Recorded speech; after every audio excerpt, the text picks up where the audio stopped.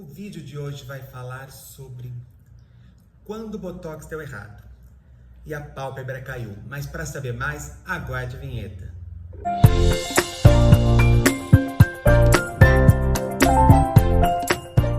Olá a todos, pessoal do YouTube.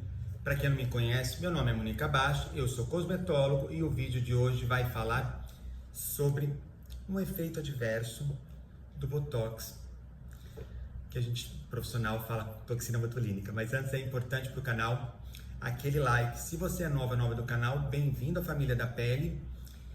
E vamos falar um pouco sobre uma intercorrência que pode haver no Botox quando fez uma aplicação num lugar que não era tão indicado. Quando pensamos na toxina botulínica, ou a gente conhece como Botox, nós temos que pensar que qual é a função dela? A toxina botulínica, tudo começou da bactéria da paralisia infantil.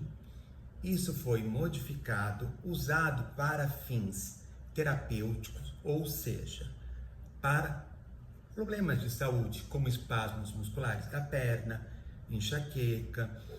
E no que iam fazendo, por exemplo, para enxaqueca, notaram que a região da testa ficava mais esticadinha. E daí começaram a olhar o Botox para uso estético.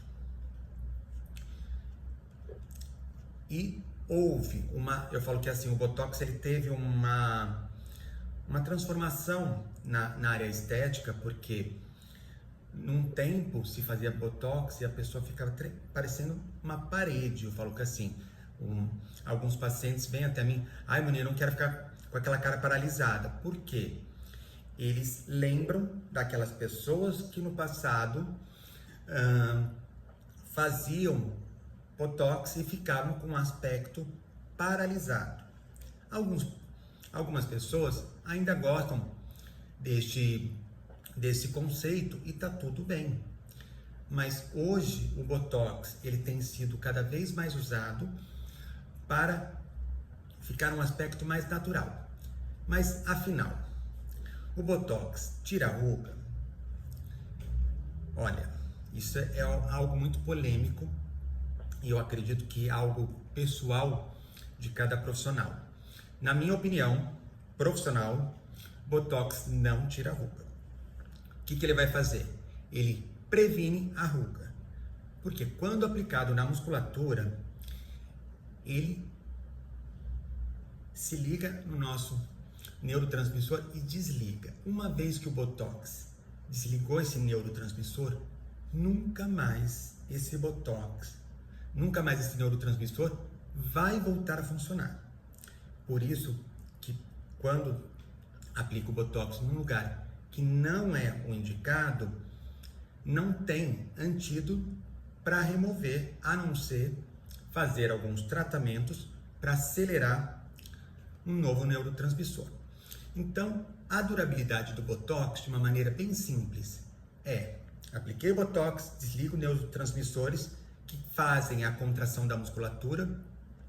O tempo do teu corpo produzir um novo neurotransmissor é o tempo da durabilidade do Botox. Por isso que nós profissionais falamos, evite fazer a careta na academia. Quando vai se expor ao sol, use um óculos de sol para não ficar forçando esse músculo e não formar essa ruga aqui, ou não franzir os olhos. E uma vez que nós desligamos os neurotransmissores, a gente vai causar um relaxamento dessa musculatura ou paralisia, dependendo da dose aplicada. E se aplicado com intervalo entre 4 a 6 meses, você faz uma modulação da musculatura. O que significa isso? O Botox, ele serve para relaxar o músculo. Isso todo mundo já sabe. E isso evitar a formação de rugas. Evitar pé de galinha, cara do bravo, rugas na testa. E se eu tenho, seja genético, seja uma mania de ficar movimentando a testa, ou fazendo a cara de bravo mesmo parado, que é algo involuntário, a gente fala que o músculo ele é hipercinético, ou seja, ele é um músculo marombado, forte. Então, eu preciso usar uma dose maior do Botox e mais vezes ao ano, ou seja, 4 vezes ao ano, para que ele tenha um enfraquecimento e fique um músculo menos ativo. Só que se eu aplicar em lugares que não são adequados, nós podemos causar o que a gente chama de pitose, um derrubamento na testa ou derrubamento na área dos olhos. Eu vou deixar isso aqui, ó. É um caso de um efeito adverso feito na aplicação do Botox. Provavelmente a pessoa ela deveria ter uma ruga aqui. O profissional aplicou para relaxar a musculatura e deve ter migrado, ou seja, espalhado até o músculo orbicular do olho e causou uma pitose. Quando isso acontece, pessoal, existem alguns tratamentos, nada comprovado cientificamente, artigos publicados consagrando, mas existem experiências práticas, clínicas, como por exemplo, o uso de ozônio, ele ajuda a acelerar a movimentação da musculatura, o uso de eletroestimulações com acupuntura, aqueles choquinhos que usa na fisioterapia para estimular a contração. Lembra que eu falei que na academia não deve ser feito? Então, se eu tenho um problema que eu fiz no músculo errado, eu vou aumentar a minha contração. E dependendo do aparelho, a gente consegue causar até 200 contrações por minuto. E fazendo isso 2 a 3 vezes por semana,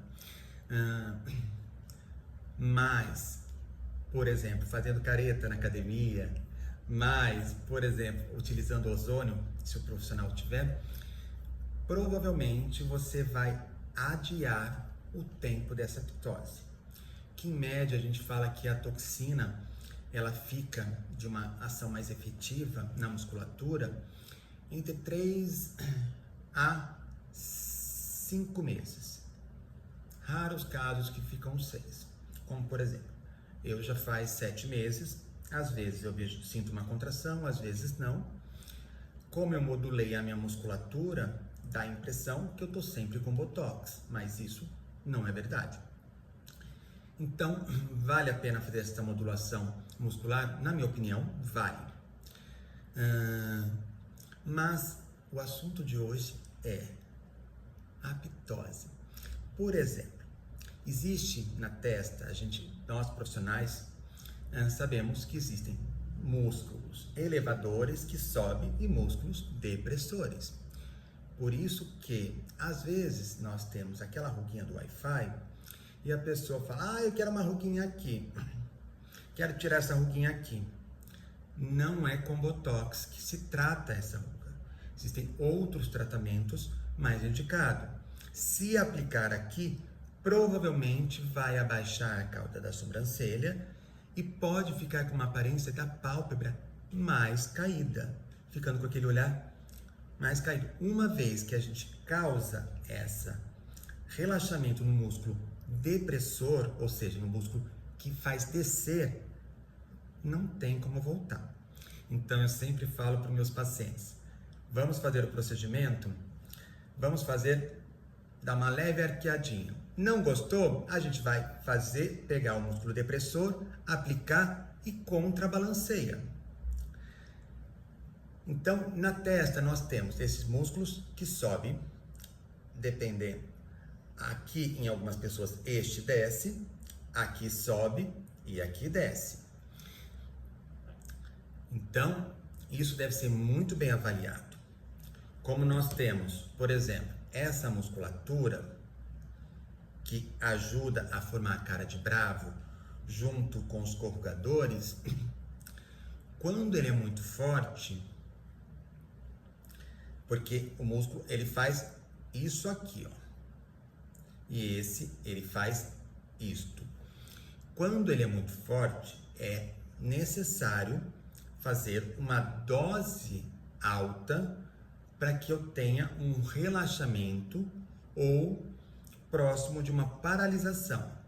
Mas quando esse músculo é muito forte e aplico nesta região, por exemplo, isso não é um erro de procedimento, estou dando só um exemplo, e aplico, por exemplo, numa região bem no meio da testa, eu vou ter um abaixamento dessa testa.